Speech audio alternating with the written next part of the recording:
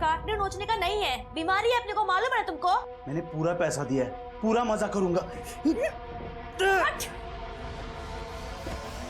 पूरा था नहीं करने का, हाँ? एक तेरा भाई है और एक तू है।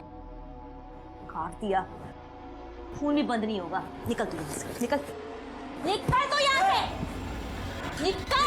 अगली बार दिखा ना तो जान से मार दो, निकल यहाँ से। जय की बहुत जय जयकार हो रही है ना, अब बदनामी भी होगी।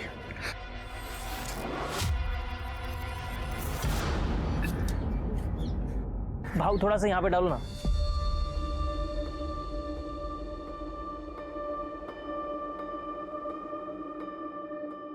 अरे इतना भी क्या अच्छा लगता है तुमको? अच्छा लगता है तो लगता है। हमारी यूनिवर्सिटी के टॉपर मिस्टर जय निकम, आज आपने शहर का आखिरी गड्ढा भर दिया है, तो आज आपको कैसा लग रहा है और इसके आगे की क्या क्या प्लानिंग है, जरा आप हमें बताएं। देश का बेस्ट लॉयर बनना, गरीबों को मुफ्त कानून व्यवस्था मुहैया करवाना और अपने शहर को बेस्ट स्मार्ट सिटी बनाना, और फिर इन सब के बीच अगर टाइम मिला तो तुमसे शादी करना।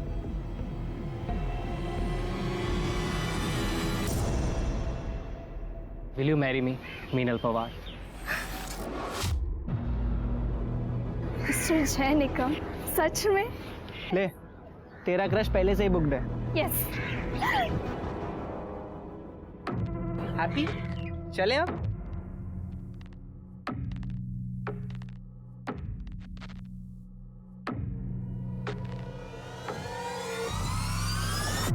बाबा कैसा है? दादा आप? जय, अच्छा हो तू मुझे इधर मिल गया। मैं तुझे सॉरी बोलना चाहता हूँ जय। उस दिन प्रीति के जाने की वजह से मैंने तुम लोग को ना जाने क्या कुछ बोल दिया। आई एम रियली सॉरी जय। दादा कोई बात नहीं, टेंशन नका घेरो। नहीं लेकिन काय झालं जय? अरे तो ऐसा लगा कुछ चुभा, वो कम्बल वाला आदमी वो भाव था। कहाँ गया? जय तू बोले तो डॉक्टर के पास चले। अरे ये मेरा छोटा भाई है और हम निकम खानदान के बेटे हैं, इतना सा चुभने से कुछ नहीं होता हमको। क्या बोलता हो बाबा? हाँ? हो सकता है सेफ्टी पिन होगा उसके कम्बल में, हाँ वही चुभ गया होगा। पक्का ना जय? हाँ टेंशन नहीं।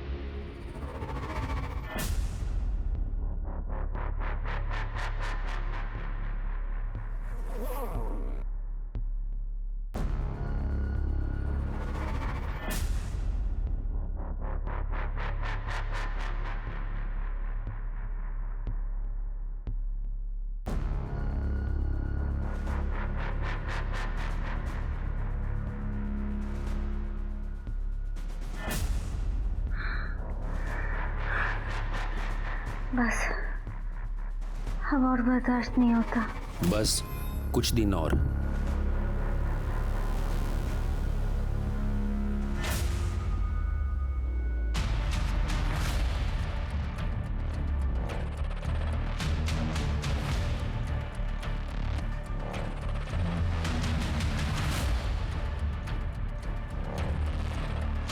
जी कहिए। एक कंप्लेंट लिखवानी है। तो मीनल जी, आपका ये कहना है कि आपके बॉयफ्रेंड जय निकम, इनकी मौत एक मर्डर है? हाँ सर, मर्डर है।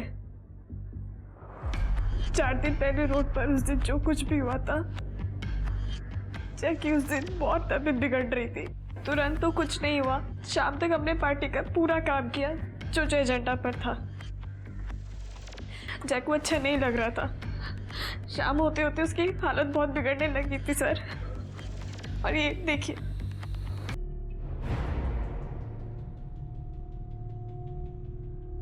हे नाग देवता, मेरे बेटे की मदद करो, रक्षा करो। आंटी आपको यहाँ खड़े 1 घंटा हो गया है, आप समझ क्यों नहीं रही हैं? इस बीमारी का नाम नागिन है, लेकिन इसका नाक से कोई लेना देना नहीं है। आंटी, जय को ट्रीटमेंट की जरूरत है। चुप करो तो, आजकल के बच्चों को कुछ नहीं पता। नागिन का श्राप होता है ये श्राप। हाथ जोड़ो और प्रार्थना करो मेरे बेटे के लिए। डॉक्टर ने बोला जय का ब्लड टेस्ट करते हैं। ब्लड टेस्ट की जब रिपोर्ट आई तब पता लगा उसमें एक अजीब किस्म का वायरस है। डॉक्टर ने बोला था कि ये सिम्टम्स नागिन जैसे है, पर ये कुछ और है। और फिर डॉक्टर ने कहा कि अब दूसरे ब्लड टेस्ट करते हैं। फैमिली और पार्टी वालों की इज्जत बचाने के लिए जय को हॉस्पिटल में एडमिट नहीं किया गया। काका अभी डॉक्टर तो कुछ बोल नहीं रहे हैं, शायद उन्हें और टाइम चाहिए, लेकिन अभी तो उन्हें यही लग रहा है कि ये कुछ सेक्सुअली ट्रांसमिटेड बीमारी है। अहो आमचा जय तसा नाही आहे तसा तो। चला ना जय को हॉस्पिटल लेके जाते हैं। काकू चलो ना। काकू देखिए, आप तो जानते हैं अगर ये बात बाहर आ गई तो हमारी पार्टी की बहुत बदनामी होगी, और हमारे घर की भी। बिल्कुल। देखिए, इसलिए मैं चाहता हूँ कि जय का जो भी इलाज करना है वो यहाँ हो, अपने घर में। तो जय के सौतेले भाई चेतन और जानवी पर आपको शक है? जी सर, क्योंकि सर जय को जिस दिन वो सुई चुभी थी चेतन बाबू वहीं पर ही थे। और सर जब जय की डेथ हुई थी तो चेतन बाबू ने 2-3 घंटे में जय का डेथ सर्टिफिकेट भी जुगाड़ लिया था, वो भी योगेश भाव के नाम पर।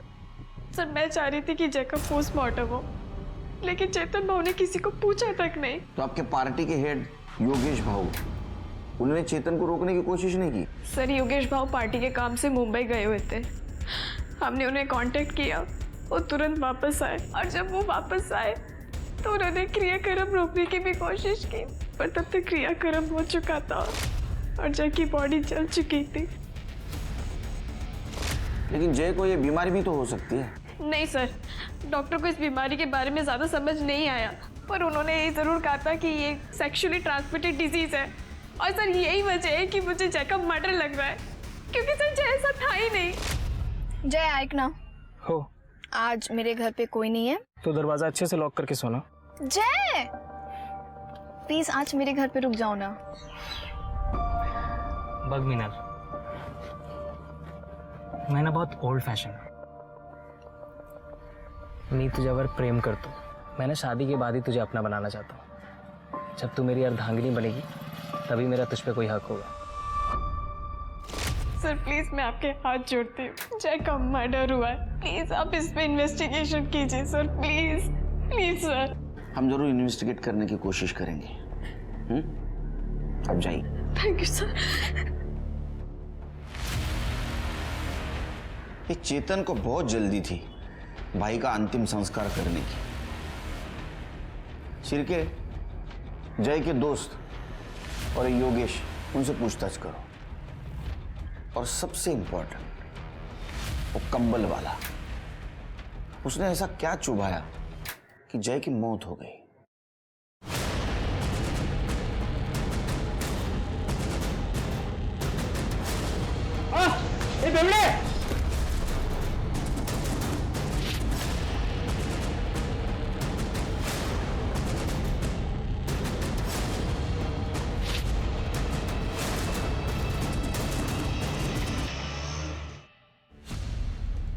गुड लॉर्ड, प्रतीक, हाँ डिड यू सी?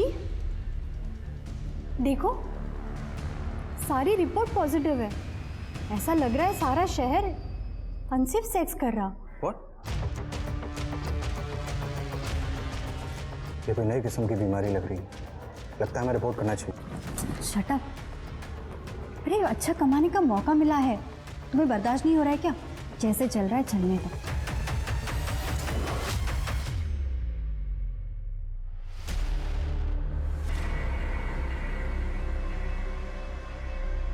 इतना फीवर कैसे हो गया तुझे?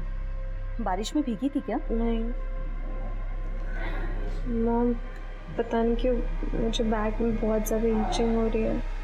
Late me check. अब जब तक तू पूरी तरीके से ठीक नहीं हो जाती यही रहे इस कमरे के अंदर, और तेरा फोन भी मैं अपने साथ लेके जा रही हूँ। प्लीज नहीं, वो मैंने कुछ नहीं किया।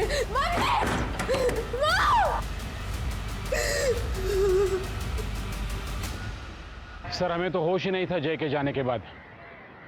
चेतन ने किया सब कुछ। क्या आपको ऐसा नहीं लगता कि ये सब आपके बेटे और जय के सौतेले भाई चेतन ने किया होगा? क्योंकि जय सेक्सुअली एक्टिव नहीं था, उसकी गर्लफ्रेंड ने बताया। काय म्हणजे चेतन ने जय को मारा? मेरे जय को चेतन ने मारा? नहीं मंगला, चेतन मंगला, मंगला नहीं, मंगला, ने मेरे जय को मारा? मंगला रुको। ने मेरे जय को खून किया? मैं ये मार डालूंगी। छोड़ो छोड़ोगी नहीं। आप लेके जाइए, लेके जाइए। सर क्या बेवकूफ औरत है ये। उसका बेटा मरा है जिसको तुमने घाई घाई में जला दिया। सर मैंने उसको जलाया क्योंकि उसके गंदे धंधों का कोई सबूत ना रहे। हम इज्जतदार लोग हैं सर, और अगर किसी को पता चलता कि उसको नागिन हुआ है सब बर्बाद हो जाते, और मेरे बाबा का बिजनेस भी, और उस बिजनेस में मेरा भी हिस्सा है। डॉक्टर का नाम क्या है? डॉक्टर जाधव। सर यंगस्टर्स जो काफ़ी एक्टिव रहते हैं सेक्सुअली, खासकर अपने मल्टीपल पार्टनर्स के साथ, उनमें ये काफ़ी कॉमन है। पर जय के केस में ऐसा लग तो नहीं रहा था कि उसको ऐसी बीमारी हो सकती है, क्योंकि पहले दिन वो इतना सीवियर नहीं था। उसकी तबीयत एकदम अचानक लास्ट में ही बिगड़ी। पर हमें तो पता चला था कि जय सेक्सुअली एक्टिव नहीं था। हाँ, लेकिन उसके सिम्टम्स तो HSV जैसे ही लग रहे थे। डॉक्टर साहब, अब जय की बॉडी तो क्रीमेट कर दी गई है। आपके पास उसका कोई ब्लड सैंपल, कोई ब्लड टिश्यू जो हमारी हेल्प कर सके? देखिए, डोंगरे लैब में सब टेस्ट हुए थे, अब वहाँ ट्राई कर सकते हैं, आपको एक आध सैंपल मिल जाए।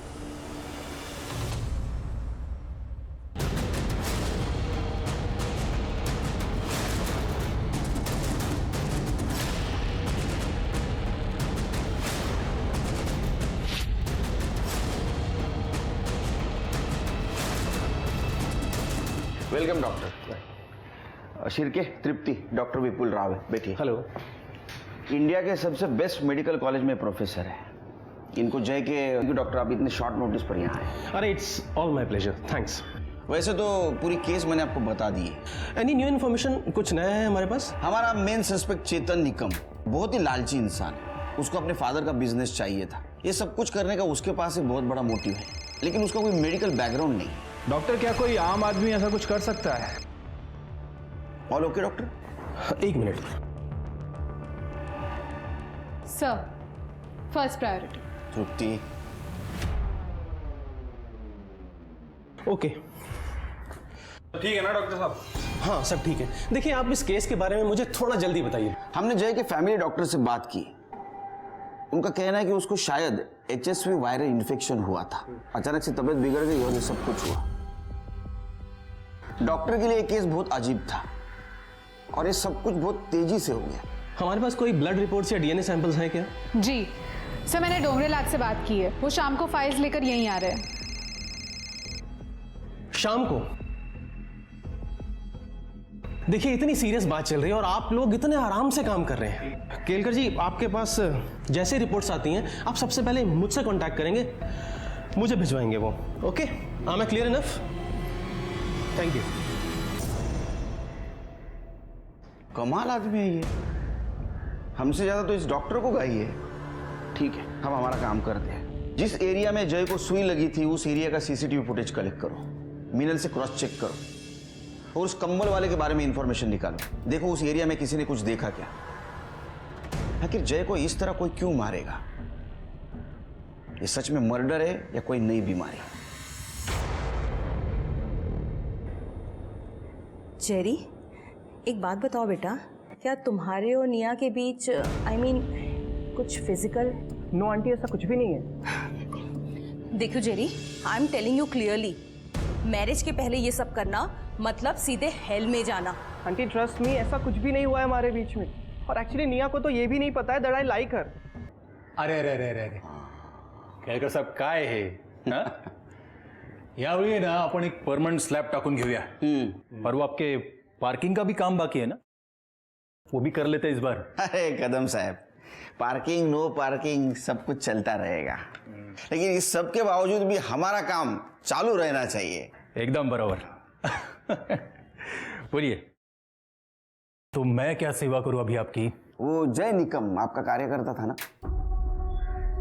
हाँ, कार्यकर्ता तो था, पर उससे भी ज्यादा छोटे भाई की तरह था मेरे। मैंने खुद उसे पार्टी का सारा काम सिखाया था। और सुनने में आया था कि वो रेड लाइट एरिया में कुछ सोशल वर्क कर रहा है, सेक्स वर्कर्स की हेल्प करना वगैरह। और आखिर भटक गया। लेकिन उसके बावजूद भी आपने उसको पार्टी से नहीं निकाला। नहीं हटाया क्योंकि उसका सोशल मीडिया पे काफ़ी अच्छा होल्ड था, लोगों के बीच जाकर काम करता था, पार्टी के हर एक काम को आगे से लीड करता था। और अगर ऐसे वक्त में मैं इसे पार्टी से निकाल देता तो फिर पार्टी के लिए तो ये सुसाइडल स्टेप हो जाता। ना, हमने सुना आपके बहन से उसका पंगा था। नहीं, पंगा नहीं, बस 2 यंग मेंबर्स में कंपटीशन था। दोनों सोलापुर युवा मोर्चा लीड करना चाहते थे। कोई शक नहीं कि जय में ज़्यादा काबिलियत थी। लेकिन इस सब की वजह से आपके बहन को तो गुस्सा आया होगा और शायद इसीलिए उसने बदला लेने की बात की। केलकर साहब, जानवी जिद्दी है, इसीलिए अभी तक पार्टी में आगे भी नहीं बढ़ी। जय की मौत तो कुछ HSV वायरस से हुई है ना, तो फिर मतलब ये इंक्वायरी वगैरह। क्योंकि वो बीमार होने से पहले उसको किसी ने कुछ चुभाया था और उसकी बॉडी भी जल्दबाजी में जलाई गई। मैं जानता हूँ। मैं उस वक्त मुंबई में था। उसी वक्त मुझे चेतन का फ़ोन आया था, कह रहा था कि अगर उसकी बॉडी जल्दी नहीं जलाई तो फिर वो बीमारी पब्लिक कर देगा, उसके फोटोग्राफ्स पब्लिक कर देगा। और आप तो जानते हैं पार्टी का इमेज का जब सवाल होता है तो खराब लगता है। ठीक है, आप जा सकते हैं, लेकिन आप और आपकी बहन शहर छोड़ के मत जाइए। हाँ ठीक है, चला। हाँ, मुझे डाउट आ रहा है शेर के, ये योगेश को चेतन ने जय की बीमारी एक्सपोज करने की धमकी दी थी और इसने बॉडी जलाने दी। इसके बहन पे ध्यान रखो, टेढ़ी खीर है वो। सर। अरे डॉक्टर आप? जी केलकर साहब, रिपोर्ट्स आई क्या? नहीं अभी तक नहीं आए। देखिए, ये बीमारी इतनी बुरी तरह पूरे शहर में फैल रही है और आप लोग हैं ना केलकर साहब, ये एक नए किस्म का वायरस है, एक नया वेरिएंट है। नए किस्म का वायरस? जी, इसके सिम्टम्स बिल्कुल HSV जैसे हैं, यानी कि नागिन जैसे, लेकिन ये उसके मुकाबले कहीं ज़्यादा खतरनाक है। डॉक्टर्स ने इसे नाम दिया HTP-21 वायरस। HSV एक सेक्सुअली ट्रांसमिटेड डिजीज़ है और ऐसा लगता है कि HTP-21 भी इसी तरीके से फैल रहा है पूरे शहर में। जय इस बीमारी का पहला पेशेंट था और अगर हमें उसकी रिपोर्ट्स मिल जाएं तो हमें ये बीमारी ठीक करने में मदद मिल सकती है sir, as simple as that. Kelkar साहब, देखिए, आपके पास जैसी ही रिपोर्ट्स आती हैं, आप सबसे पहले वो रिपोर्ट्स मुझे भिजवाएंगे, मुझसे कांटेक्ट करेंगे। Thank you. हेलो, हाँ बोलिए, किधर है? सर, इनकी बातें सुन के तो लग रहा है केस सॉल्व करने नहीं बल्कि हमसे इन्फॉर्मेशन निकालने के लिए आए। इसका बैकग्राउंड चेक करो। सर, पुलिस अक्सर क्रिमिनल और क्राइम को समझ के परख के क्रिमिनल की मानसिकता पहचानती है और मुजरिम तक पहुंचती है, पर एक वायरस की मानसिकता क्या सुराग दे पाती पुलिस को। इसलिए पुलिस ने अपनी सारी इन्वेस्टिगेशन, शक की सारी सुई ऐसे लोगों की तरफ मोड़ दी जिनका साइंस या मेडिकल बैकग्राउंड हो, पर वहाँ भी पुलिस के पास सस्पेक्ट्स कम थे और समय उससे भी कम। मुबारक हो शबनम, अब तुम्हारा मिशन पूरा हुआ। शहर में लोग धड़ाधड़ मर रहे हैं, सब कुछ तुम्हारी हिम्मत की वजह से हुआ है। अब उन्हें समझ में आएगा कि दर्द क्या होता है। अब मुझे मार दो, और बर्दाश्त नहीं होता। तेरी बॉडी में ये वायरस और भी खतरनाक होता जा रहा है। तेरा जिंदा होना इस वायरस के पनपने के लिए बहुत जरूरी है।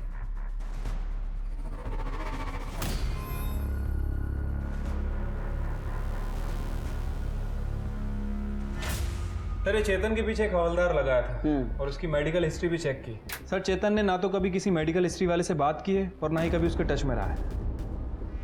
तो जय को ये बीमारी हुई कैसे? सर, सेम हाल जानवी का भी है। उसका सारा टाइम फोटोज खींचने में और उन फोटोज को सोशल मीडिया में अपलोड करने में जाता है। बाकी उसके कॉल रिकॉर्ड्स भी क्लीन है।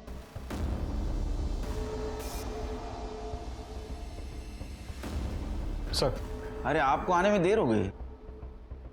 सॉरी सर, वो मेरी वाइफ चाहती। जय की रिपोर्ट सर? जी दिखाइए जरा। प्रतीक, जय इस केस का पहला पेशेंट था ना? जी, उसके बाद से ही शहर में केसेस बढ़ने स्टार्ट हुए थे। नहीं प्रतीक, ये सिर्फ सोलापुर में हो रहा है क्या? As far as I know, yes. Kelkar साहब, पूरे देश का मेडिकल डेटा एक्सेस करने का क्लियरेंस पुलिस वालों के पास होता है ना? विपुल जी, काम डाउन, काम डाउन। आपको कंसल्टिंग के लिए यहाँ बुलाया है। इंट्रोगेट करने के लिए नहीं। Okay, I am sorry. Prateek, एक बात बताओ, जय इस केस का पहला पेशेंट था। देखिए, अगर जय सोर्स है और अगर हमें उसका ब्लड सैंपल मिल जाए तो हमें ये बीमारी ठीक करने में काफ़ी मदद मिल सकती है, हेल्प मिल सकती है हमें। सर फिलहाल वर्कलोड काफ़ी ज़्यादा है, पर फिर भी मैं ट्रैक करने की कोशिश करूँगा। I try my best. देखिए, आप मेडिकल फील्ड से हो, अगर फिर से कुछ ज़रूरत पड़ी तो मैं बुला लूँगा आपको। Sure sir. Okay sir, fine. Thank you sir. Okay.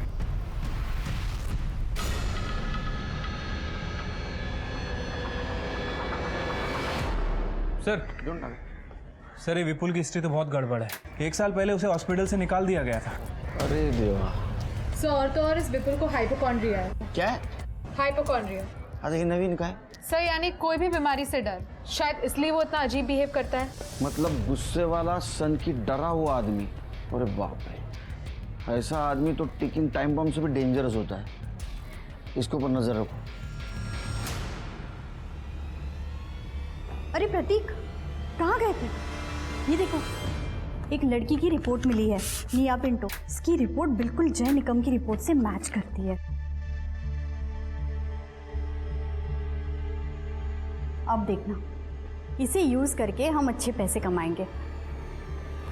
बताओ ना, तुम्हें आइडिया कैसे लगा? प्लीज डोंट बी सिक मीरा। इंसानियत कहाँ गई है तुम्हारी? हम जय और निया दोनों की रिपोर्ट पुलिस को देने वाले हैं, दैट्स इट। सर, जय की रिपोर्ट बहुत अजीब थी। HSV इन्फेक्शन था उसे, पर बहुत खतरनाक। HTP-21। सर, जय के बाद हमारे पास लगभग 33 रिपोर्ट्स आई हैं और उनमें से 24 लोगों की बॉडी में सेम वायरस है और ये वायरस अपने आप को बहुत जल्दी कल्टीवेट कर रहा है। सर, मैं आपको एक शॉकिंग केस दिखाता हूँ। ये दोनों केसेस में सिम्टम्स सेम। निया पिंटो। सर, इसकी ब्लड रिपोर्ट और जय की रिपोर्ट में काफ़ी सिमिलैरिटी है। इसके ब्लड में 98% तक वायरस काफ़ी एक्टिवेट हो गया है। और सर, इंटरेस्टिंग बात यह है कि निया वर्जिन है और ये वहाँ के डॉक्टर से पता चला है। वो वर्जिन थी, इसका मतलब उसे बीमारी नहीं होनी चाहिए थी। देखिए, मुझे लगता है कि हमें निया और जय, इन दोनों के जो ब्लड सैंपल्स हैं मुंबई भेज देने चाहिए किसी वायरस के बहुत एडवांस्ड और बड़े लैब में। आप वो सैंपल्स मुझे दे दीजिए, मैं खुद भिजवा देता हूँ। अरे आप क्यों तकलीफ कर रहे हैं विमल जी? सिर्फ ये सैंपल उस लैब में मुंबई भिजवा देना और रिपोर्ट जल्द से जल्द मंगवा लेना। अच्छा, इसके पहले ऐसी बीमारी कभी फैली है? जी सर, महामारी होती है, पर ये उससे अलग है। I mean, टारगेटेड बीमारी है। और सर, इसके पीछे एक थियरी भी है। क्या?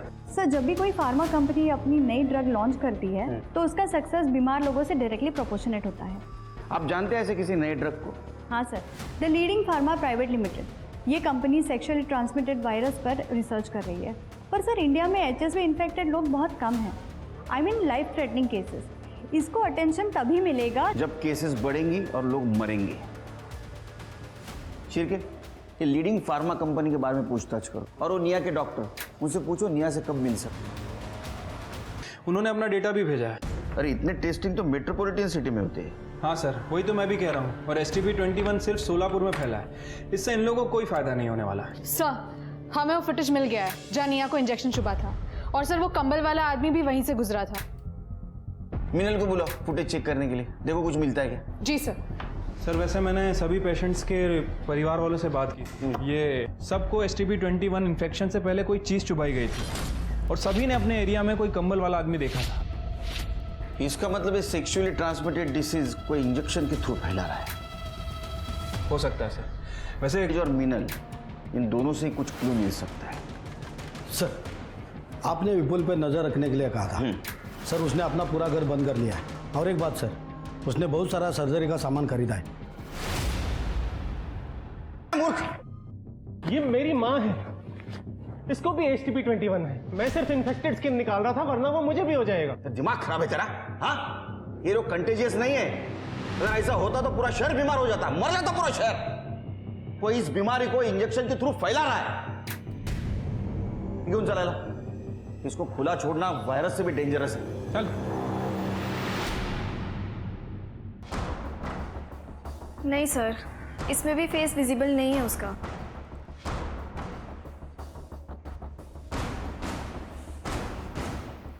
सर, इसे कहीं तो देखा है।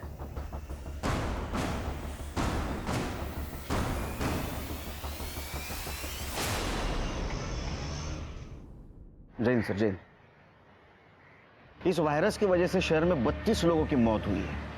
अगर यही हाल रहा ना तो सारे हॉस्पिटल भर जाएंगे, एक आदमी जिंदा नहीं रहेगा शहर में। सर मुझे लग रहा है कि इसके पीछे उस कंबल वाले का ही हाथ है। तो ढूंढो उसे शेर के। सर मुंबई वायरस लैब से जय और निया की ब्लड रिपोर्ट आ गई है। सर रिपोर्ट के हिसाब से दोनों के ब्लड में हर्पीस वायरस नाम का खतरनाक वेरिएंट है H-MEGA2। और सर इसके साथ साथ ITP ब्लड डिसऑर्डर के ट्रेसेस भी मिले हैं। STP-21 इसी का म्यूटेंट वर्जन है सर। मतलब ये दोनों बीमारियां एक दूसरे से जुड़ी हुई है? नहीं सर, मुझे कुछ गड़बड़ लग रही है। सर ये देखिए, पिछले महीने मुंबई वायरस लैब से H-MEGA2 मंगवाया गया था और एड्रेस देखिए डोंगरी लैब का है। उठाओ उनको। ये वायरस तुमने मंगवाया था, ये वायरस तुमने सारे शहर में फैलाया, 32 लोगों की मौत हो गई, मर्डर का केस ठोकूंगा, नाटक बंद करो। नहीं सर, वो सर हम मानते हैं कि हम अपनी पर्सनल स्टडीज के लिए ये सब सैंपल मंगवाते थे, लेकिन सर ये हमने नहीं मंगवाया। ये क्या है? ये तुम्हारा लेटर हेड, तुमने रिक्वेस्ट की थी ना मुंबई लैबोरेटरीज को वायरस के लिए। ये तुम्हारा सर्टिफिकेट, ये तुम्हारा लाइसेंस, ये क्या सब फेक है? सर एक मिनट सर, हम क्लिनिक के एड्रेस पे कुछ भी नहीं मंगवाते थे। जितने भी पर्सनल एक्सपेरिमेंट्स थे हम सारे घर पर ही करते थे। बकवास बंद, बिल्कुल बकवास बंद। हमारे पास जितने भी सस्पेक्ट है सबसे पूछताछ हो गई, उसमें से तुम ही ऐसे सस्पेक्ट हो जिसको वायरस के बारे में मालूमात थी। सर इस रिपोर्ट में एक खास बात है, ITP disease. Sir it's a blood disorder और ये डिसीज बहुत रेयर होती है। इस डिसीज में ब्रूसिंग होती है, ब्लीडिंग होती है। सर हम रिक्वेस्ट कर रहे हैं आपसे, आप हमारे कहने पर प्लीज सर मेडिकल एसोसिएशन से लिस्ट चेक करवा लीजिए, आपको सब कुछ मिल जाए। उसका नाम है शबनम, जो रेड लाइट एरिया में रहती है। और सर ये शबनम 2 सितंबर से गायब है। क्यों, क्या हुआ? सर चेतन और शबनम का झगड़ा हुआ था, जिसके बाद शबनम ने चेतन को बेइज्जत करके घर से निकाल दिया था। तो चेतन ने अफवाह फैला दी कि शबनम को नागिन की बीमारी है। उसके बाद शबनम का धंधा बंद हो गया। उसको बीमारी थी? No sir. शबनम को रेयर ITP बीमारी थी ना, तो उसकी दवा या बिल ऐसा कुछ अपने हाथ लगाए? हाँ सर, हमें दवाई मिली थी। उस दवाई को हमने फॉरेंसिक में भेजा है। सर ये दवाई का नाम है ITP 650 mg। बहुत ही महंगी और रेयर दवाई है। एक काम करो, शबनम की CDR निकालो और सोलापुर में ये दवा कौन कौन खरीदता है ये पता करो। अगर शबनम जिंदा है तो उसको दवा जरूर लगेगी। जी सर। सर मैंने शबनम के कॉल डेटा रिकॉर्ड्स चेक किए। 2 तारीख को उसकी खोली उसकी लास्ट लोकेशन थी, उसके बाद उसका फ़ोन बंद था। और सर मैंने शबनम की दवाइयाँ भी चेक की, जैसा कि आपने कहा था। अगर ये शबनम वाकई जिंदा है तो कोई ना कोई इसे दवाई ज़रूर दे रहा है सर। वैसे सोलापुर इंडस्ट्रियल कंपाउंड के पास एक मिल है सर, जो कई दिनों से बंद पड़ी है, और वहाँ पे एक मेडिकल स्टोर है। वहाँ रिसेंटली STP-21 की दवाई खरीदी गई है, लेकिन कमाल की बात यह है कि उस एरिया में इसका एक भी पेशेंट नहीं है। सुनसान फैलाई थी ना, उठाओ उसको।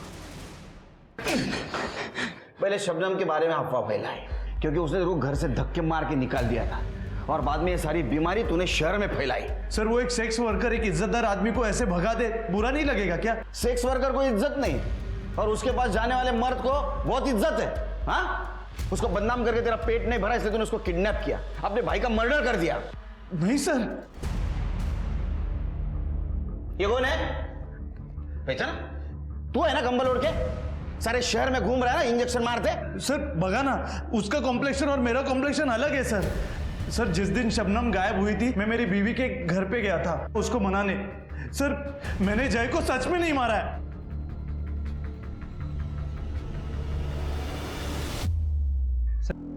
व्हाट? उन सबको इंजेक्शन तू दे रहा था ना? तेरे से पूछ रहा हूं, तू दे रहा था ना इंजेक्शन? बोलता क्यों नहीं, बोल। हाँ 5:30 मेंटल घरी आलो। सर इस बाबूराव को बहुत तोड़ा, लेकिन कुछ बोल नहीं रहा सर। इसका मतलब ये महामारी उसने नहीं फैलाई? सर बाबूराव के बेटे को बचपन से HS है सर।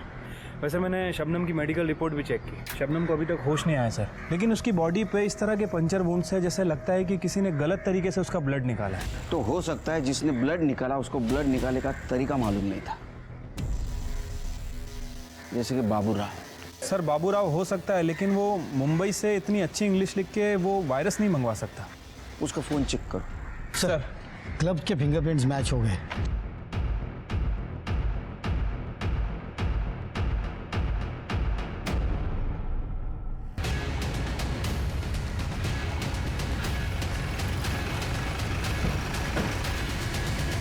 नमस्कार केळकर साहब। अरे केळकर साहब काय चाललंय है? क्यों उठाए मुझे? तेरे से बात तो बाद में करेंगे, तेरी चमड़े उधेड़ूंगा पहले। वैसे तो 3rd डिग्री भी बहुत कम है तेरे लिए। हाथ नहीं लगाना। शबनम को होश आया और उसने सब कबूल किया। तेरा और उसका प्लान था ना ये, तेरे फिंगर पे बाबूराव इंजेक्ट करता था ना। 47 लोगों की जान गई है, 47 लोगों का मर्डर किया है तुमने। हाँ किया है मैंने मर्डर, पर मारना सिर्फ एक को चाहता था मैं, उस जय को। मेरे पीछे आके मेरी पोजीशन ले रहा था। आज तक पार्टी ने कभी मुझे टिकट नहीं दिया। मेरे एरिया में अगर उसे टिकट दे दी थी पार्टी तो मेरी इज्जत तो, इसलिए बदला लेना चाहता था मैं। उसी वक्त इस शबनम के बीमारी के बारे में मुझे पता चला। शबनम रो क्यों रही हो? कुछ प्रॉब्लम है? साहब आप कितने अच्छे हैं। और वो चेतन, उसने हमारा धंधा बंद करवा दिया। बोलते कि मुझे नागिन है, अब कोई ग्राहक भी नहीं है मेरे पास, कोई नहीं आता मेरे करीब। निकम भाइयों ने तो मेरे भी नाक में दम करके रखा है। मेरा बस चले तो मैं ऐसे हर मर्द को नागिन की बीमारी दे दूं, तब इन्हें पता चलेगा कि इज्जत उतारना किसे कहते हैं। मैंने रिसर्च किया तब मुझे पता चला इस बीमारी का डेडली वेरिएंट मुंबई में है। तभी मैंने मेरे स्वीपर बाबूराव को डोंगरे लैबोरेटरी में काम पे लगा दिया। मैं जानता था उसके बेटे को वही बीमारी है। मैंने उससे कहा कि ये बीमारी अगर लोगों में फैलेगी ना तो गवर्नमेंट इस पे दवा निकालेगी, तेरे बेटे का फ्री इलाज हो सकता है। फिर क्या, बाबूराव हर एक बात मानने लगा मेरी। उस डोंगरे लैबोरेटरी से सर्टिफिकेट, लाइसेंस, डिग्री सब कुछ चुरा के उसने मुझे दे दिया। मुंबई से वो डेडली वेरिएंट मैंने एक्सपेरिमेंट के नाम पे इस डोंगरे लैब के एड्रेस पे मंगवा लिया, जो उस स्वीपर बाबूराव ने मुझे दे दिया। मैं जानता था अगर मेरा काम नहीं हुआ तो ये वायरस मुझे फिर लगेगा, क्योंकि मैंने पढ़ा था इस वायरस को स्टोर करने का सबसे अच्छा तरीका ह्यूमन बॉडी होती है। बस इसीलिए मैंने उस वायरस को शबनम के बॉडी में इंजेक्ट को लेके मैं गवर्नमेंट को घेर सकता हूं। फांसी से कम सजा नहीं होगी, ये तो मैं देखूंगा। कुछ नहीं कर पाओगे तुम, बाहर आ जाऊंगा मैं। योगेश, शबनम और बाबूराव किसी वायरस से कम नहीं लगते। याद रखिए, इंसान है तो उसकी इज्जत है। जब इंसान ही नहीं बचेगा तो इज्जत, पावर, कुर्सी का फायदा क्या। अब मैं सोनाली कुलकर्णी आपसे इजाजत लेती हूँ। क्राइम पेट्रोल सतर्क के साथ मेरा ये सफर फिलहाल यहीं तक का था। अभी कुछ समय के लिए मैं एक ब्रेक ले रही हूँ। मैं अपने क्राइम पेट्रोल की टीम का और दर्शकों का तहे दिल से शुक्रिया अदा करना चाहती हूँ आपके प्यार और साथ के लिए। कल से क्राइम पेट्रोल सतर्क का एक नया अध्याय शुरू हो रहा है, जिसमें अनेकों हैरतंगेज जुर्म की कहानियाँ आपके सामने लाई जाएंगी, जो आपको चौंकाएंगी और आपको चौंकना भी करेंगी। तो देखते रहिए क्राइम पेट्रोल सतर्क, रात 10 बजे सिर्फ सोनी टीवी पर। अपना और अपनों का ख्याल रखिए और कोविड और क्राइम से डट कर लड़िए। जय हिंद।